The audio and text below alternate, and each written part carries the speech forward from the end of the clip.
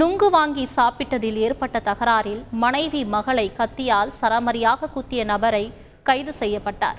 தருமபுரி மாவட்டம் அரூர் அடுத்த கோபாலபுரம் கூட்டுறவு சர்க்கரை ஆலை அருகே லாரி ஓட்டுநர் தனசேகரன், யாசினி தம்பதி மகள்களான சாந்தினி, ஷபானாவுடன் வசித்து வந்துள்ளார். ஏற்கனவே திருமணமான நிலையில் தனசேகரன் யாசினியை திருமணம் செய்து கொண்டு 15 வருடங்களாக தனியாக வசித்து வந்துள்ளார். வெயிலின் தாக்கத்தால் யாசினி வெளியில் சென்று நுங்கு வாங்கி தந்த நிலையில் அதிகளவு நுங்கு ஏன் வாங்கி வந்தாய் என கூறி தகராறு செய்த தனசேகரன் போதையில் திடீரென மனைவி யாசினியை சராமரியாக கத்தியால் குத்தியுள்ளார். தடுக்க முயன்ற மகள் சாந்தினியையும் தனசேகரன் கத்தியால் கடுமையாக குத்தியுள்ளார். இரத்த வெள்ளத்தில் யாசினியும் சாந்தினியும் உயிருக்கு போராடிய நிலையில் அக்கம்பக்கத்தினர் இருவரையும் மீட்டு மருத்துவமனையில் அனுமதித்தனர். மேலும் தனசேகரனை பிடித்து போலீசில் ஒப்படைத்தனர். இச்சம்பவம் தொடர்பாக காவல்துறையினர் விசாரணை நடத்தி வருகின்றனர்.